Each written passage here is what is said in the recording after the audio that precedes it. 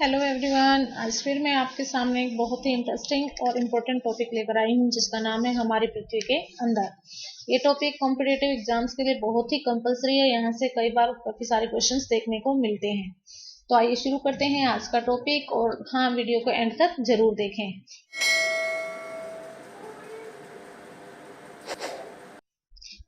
तो सबसे पहले हमारी पृथ्वी के अंदर हम सोचते हैं कि हमारी जो अर्थ है वो किस चीज से बनी हुई है, इसके अंदर क्या है, कितनी अंदर तक पानी मिलता है, कितनी अंदर तक मिट्टी मिलती है। तो आज इन्हीं प्रश्नों को हम इस वीडियो के माध्यम से जानेंगे। तो हमारी पृथ्वी एक गतिशील ग्रह है। हम जानते हैं, हम पहली वीडियो में पढ़ चुके हैं कि जो पृथ्वी है वो दो तरह की गतियां करती है। तो ये गति करता रहता है, एक जगह स्थिर नहीं है जो हमारा ग्रह है। तो ये गतिशील ग्रह है। इसके अंदर एवं बाहर निरंतर परिवर्तन होता रहता है। क्या आपने कभी सोचा है कि पृथ्वी के आंतरिक भाग में क्या है, या पृथ्वी किन पदार्थों से बनी है? तो आज इस वीडियो में हम इन्हीं प्रश्नों के उत्तर जानेंगे। पृथ्वी का आंतरिक भाग। सबसे पहले हम ये जो चित्र है इसको देखते हैं, समझते हैं एक बार। तो पृथ्वी को हमने 3 लेयर्स में डिवाइड किया गया है। जैसे मान लीजिए एक प्याज आप देखते हैं, उसको जैसे आप छीलते हो, पहले एक लेयर, फिर दूसरी लेयर, फिर तीसरी लेयर, ऐसे अगर छीलते जाओगे तो लेयर्स निकलती जाएंगी प्याज के अंदर से। ऐसे ही हमारी अर्थ है जो अलग अलग तरह के खनिज पदार्थों से बनी हुई है। तो हमने अपनी अर्थ को 3 मुख्य जो लेयर्स हैं, जो भाग हैं, उनमें डिवाइड किया है। तो सबसे पहले जो ऊपर है इसको कहते हैं स्थल मंडल या लिथोस्फीयर। उसके बाद नेक्स्ट है मेंटल, और जो थर्ड है जो बिल्कुल आंतरिक है इसको बोलते हैं क्रोड। इनको भी आगे दो दो पार्ट्स में डिवाइड किया गया है। जो परपटी है इसको बाह्य भूपटल या दूसरा आंतरिक भूपटल के नाम से भी जाना जाता है। यानी परपटी को 2 भागों में बांटा गया है, बाह्य भूपटल और आंतरिक भूपटल। जो आउटर क्रस्ट है, जो यानी जो बाह्य भूपरपटी है, वो किन चीजों से बनी है? उसमें महाद्वीपीय भाग पाए जाते हैं। और ये किन किन चीजों से बनी हुई है? सिलिका एंड एल्यूमिनियम, यानी इन 2 तत्वों की इसमें अधिकता पाई जाती है। इसलिए इसका दूसरा नेम है सियाल। यानी जहां पर हमारा महाद्वीपीय सतह हमारी पाई जाती है, महाद्वीप जहां पर पृथ्वी पर पाए जाते हैं, उसमें किन खनिजों की अधिकता पाई जाती है? सिलिका एंड एल्यूमिनियम, और इसीलिए इसको Cl भी कहा जाता है।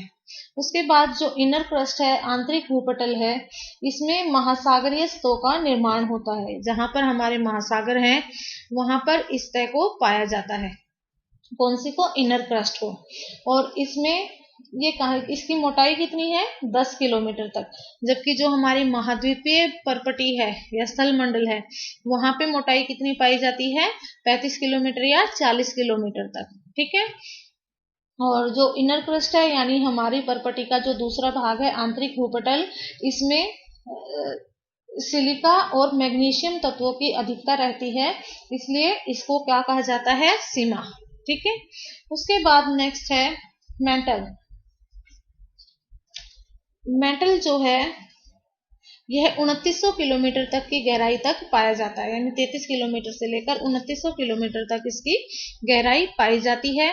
और मेटल के बाद जो है हमारी, यानी मेटल के बीच में ही एक चौथी अवस्था पाई जाती है जिसको हम एटमॉस्फेयर भी कहते हैं। प्लास्टिक दुर्बल मंडल भी कहा जाता है। ये 100 से 200 किलोमीटर तक पाया जाता है। इसी एटमॉस्फेयर के ऊपर हमारी जो महाद्वीपीय प्लेटें हैं वो तैरती रहती हैं। यानी ना तो ये ठोस है, ना ये द्रव है, ना ये लिक्विड है। ये ऐसी अवस्था है जिसको हम प्लास्टिक दुर्बल मंडल कहते हैं या एटमॉस्फेयर कहते हैं। और ये पदार्थ की चौथी अवस्था यानी प्लाज्मा की तरह होती है। हमारे जो टेक्टोनिक प्लेट्स हैं वो इसी के ऊपर तैरती रहती है।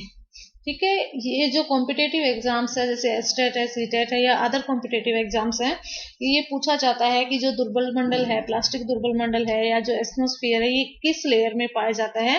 तो ये पाया जाता है मेटल में। और कहां से कहां तक पाया जाता है? 100 से 200 किलोमीटर की गहराई तक। ठीक है।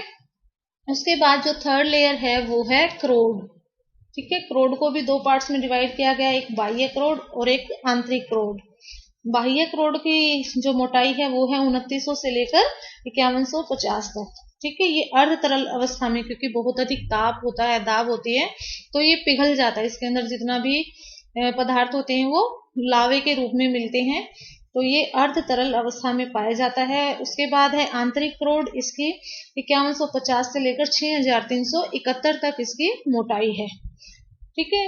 और एक मेन पॉइंट है, जिसकी भूपर्पटी में जो तत्व हैं वो कौन कौन से पाए जाते हैं, तो ये oxygen, silica, aluminium, iron, calcium, sodium, potassium और मैग्नीशियम, ये जो तत्व हैं इनकी भूपर्पटी में, यानी ऊपर वाली जो हमारी पर्पटी है, लेयर है, इनकी अधिकता अधिक रहती है। ठीक है। और इसको याद करने का एक ट्रिक है, ऑक्सियालिक सोफ्मा। ऑक्स से ऑक्सीजन, एस से सिलिकॉन, और एल से एल्यूमिनियम, आई से आयरन, सी से कैल्शियम, सोडियम, और उसके बाद पोटेशियम, पी से, और एम ए से मैग्नीशियम। तो ये ऐसे तत्व हैं जो हमारी भूपर्पटी में अधिक मात्रा में पाए जाते हैं। एक और मेन है जो कॉम्पिटिटिव एग्जाम के पॉइंट ऑफ व्यू से बहुत इंपॉर्टेंट है, कि जो संपूर्ण हमारी पृथ्वी है उसमें जो तत्व हैं वो कितनी कितनी मात्रा में पाए जाते हैं। तो जो सबसे अधिक है लोहा, ये 35% पाया जाता है, ऑक्सीजन 30%, सिलिकॉन 15% और मैग्नीशियम 13%। तो ये हमने चित्र के माध्यम से एक बार समझ लिया है कि पूरी अर्थ में 3 लेयर पाई जाती हैं। जो सबसे ऊपर वाली लेयर है वो है स्थल मंडल, दूसरी है मेंटल, और तीसरी है क्रोड। पर्पटी जो है सबसे ऊपर वाली जो हमारी लेयर है उसको भी 2 भागों में बांटा गया है। उसके बाद जो क्रोड है उसको भी 2 भागों में, बाह्य और आंतरिक क्रोड में डिवाइड किया गया है। हमने ये भी देख लिया है कि किस लेयर में कौन कौन से खनिज तत्व पाए जाते हैं, खनिज पदार्थ पाए जाते हैं। तो अब हम अपने चैप्टर पर दोबारा से फोकस करते हैं और इसको ध्यान से पढ़ते हुए चलते हैं। पृथ्वी का जो आंतरिक भाग है वह प्याज की तरह एक संकेंद्री परतों से बना है। पृथ्वी की सतह की सबसे ऊपरी परत को पर्पटी कहते हैं। यह सबसे पतली परत होती है। यह महाद्वीपीय सतह में, यानी जहाँ पे महाद्वीप होते हैं वहां पर ये 35 किलोमीटर की मोटाई इसकी पाई जाती है, एवं समुद्री सतह में केवल 5 किलोमीटर तक इसकी मोटाई पाई जाती है। महाद्वीपीय सतह मुख्य रूप से सिलिका एवं एल्यूमिना से बनी है। ठीक है। अभी हमने देखा ना कि जो हमारे महाद्वीप है जहां पर, उसमें किन खनिजों की अधिकता होती है, सिलिका एवं एल्यूमिना की। इसलिए सिलिका का सी और एल्यूमिना का एल मिलाकर इसका जो दूसरा नेम है वो क्या है, Cl, इसको कहा जाता है। जो महासागर की पर्पटी है वह मुख्यतः, यानी वहां पर कौन कौन से खनिज पदार्थ पाए जाते हैं, सिलिका एवं मैग्नीशियम, इसलिए सिलिका का सी और मैग्नीशियम का मैं, तो ये इसका दूसरा नेम क्या कहलाया, सीमय। ठीक है। उसके बाद है पर्पटी के ठीक नीचे मेटल होता है, यानी जो दूसरी लेयर है वो कौन सी है, मेटल। इसकी मोटाई कितनी है, 2900 किलोमीटर तक। इसकी सबसे आंतरिक परत है क्रोड, जो हमारी थर्ड लेयर है वो है क्रोड। और हमने एक चौथी अवस्था पढ़ी थी जिसको हम दुर्बलता मंडल या क्या कहते हैं, प्लास्टिक दुर्बल मंडल या एस्मोस्फीयर कहते हैं। वो कहां से कहां तक पाया जाता है, 100 से 200 किलोमीटर तक की गहराई तक, जिस पर जो हमारी महाद्वीपीय प्लेटें हैं वो तैरती रहती हैं। पृथ्वी की जिसकी त्रिज्या लगभग 3500 किलोमीटर है। यह मुख्यतः निकल एवं लोहे की बनी होती है तथा इसे निकिल तथा फेरस कहा जाता है। ये किसमें पाया जाता है, केंद्रीय क्रोड में। केंद्रीय क्रोड का तापमान एवं दाब काफी उच्च होता है। ठीक है।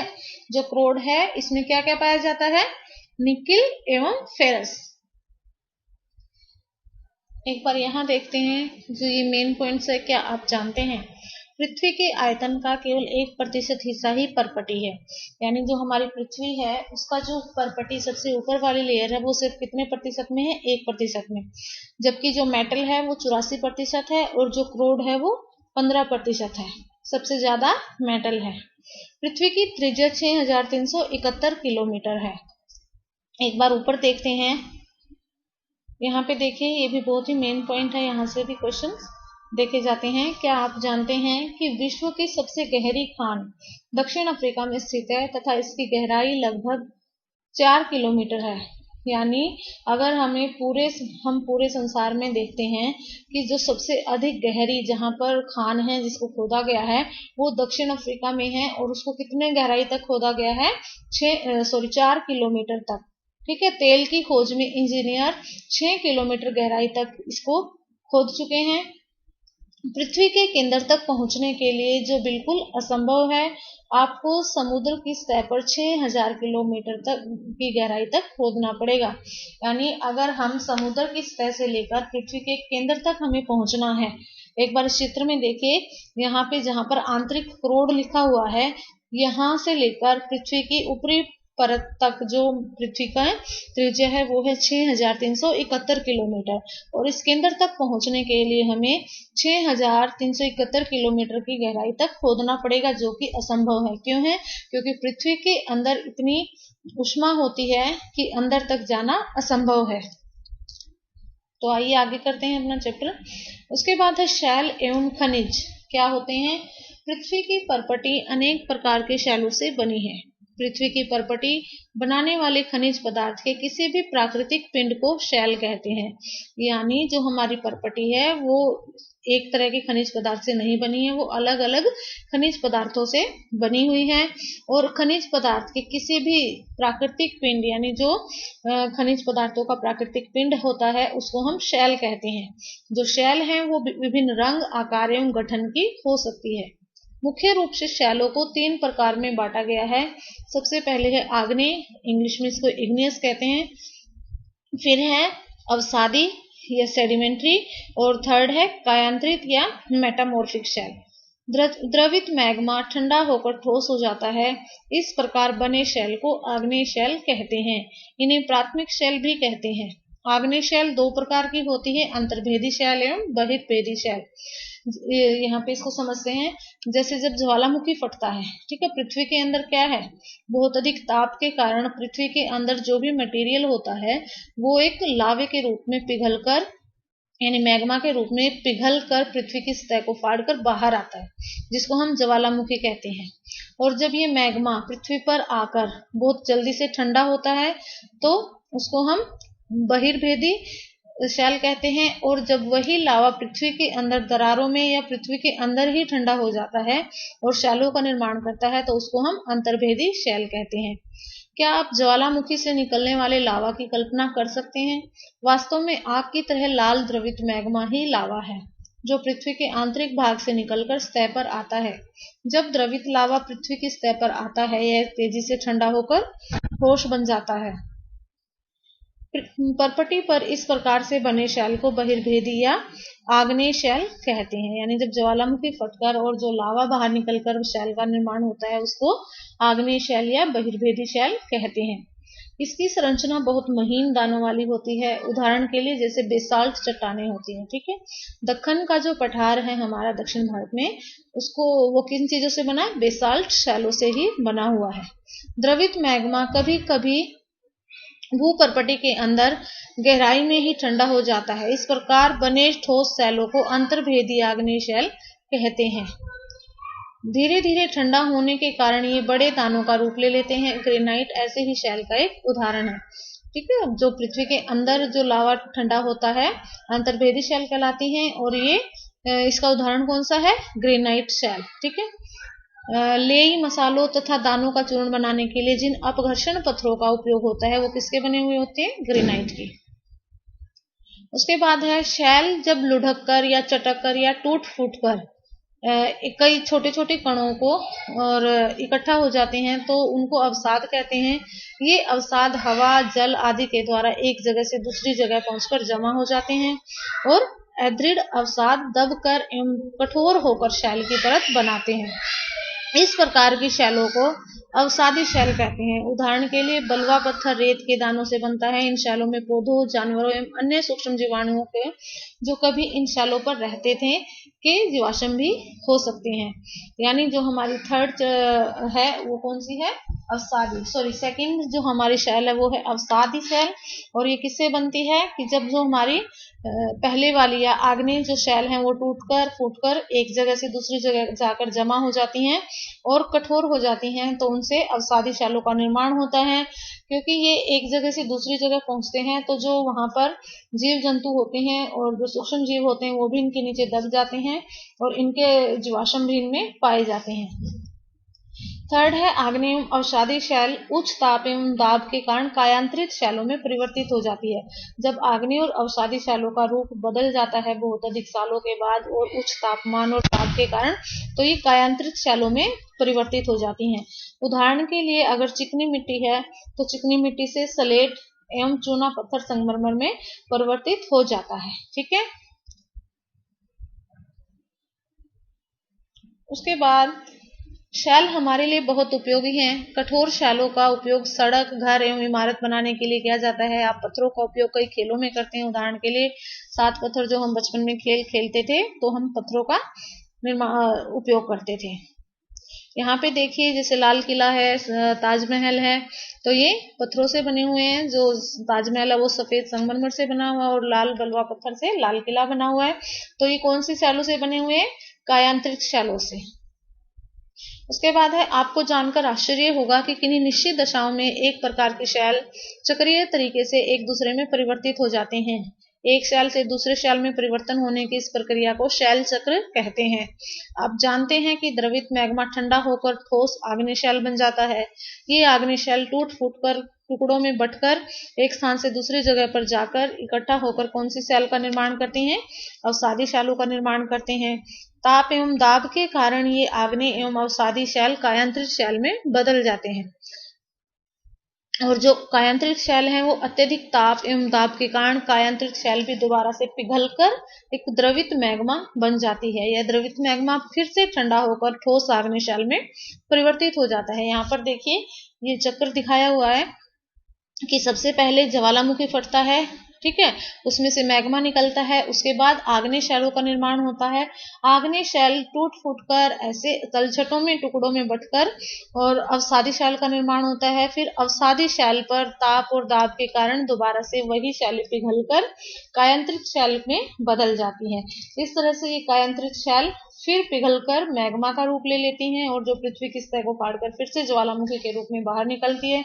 इस तरह से शैलों का ये चक्र चलता रहता है और इसको हम कहते हैं शैल चक्र।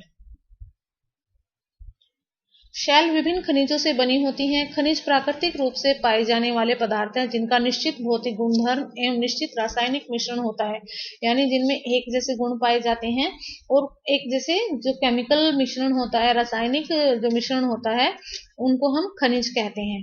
खनिज मानव जाति के लिए बहुत महत्वपूर्ण है। इनका उपयोग हम ईंधन की तरह करते हैं, जैसे कोयला, प्राकृतिक गैस एवं पेट्रोलियम। इनका उपयोग उद्योगों, औषधि एवं उर्वरक में भी होता है, जैसे लोहा, एल्यूमिनियम, सोना, यूरेनियम। कुछ खनिज पदार्थ हम खाने में भी यूज करते हैं, जैसे नमक है। ठीक है, इस तरह से आज हमने इस चैप्टर में जो हमारी लेयर्स ऑफ अर्थ हैं वो पढ़ा और ध्यान से इसको समझा।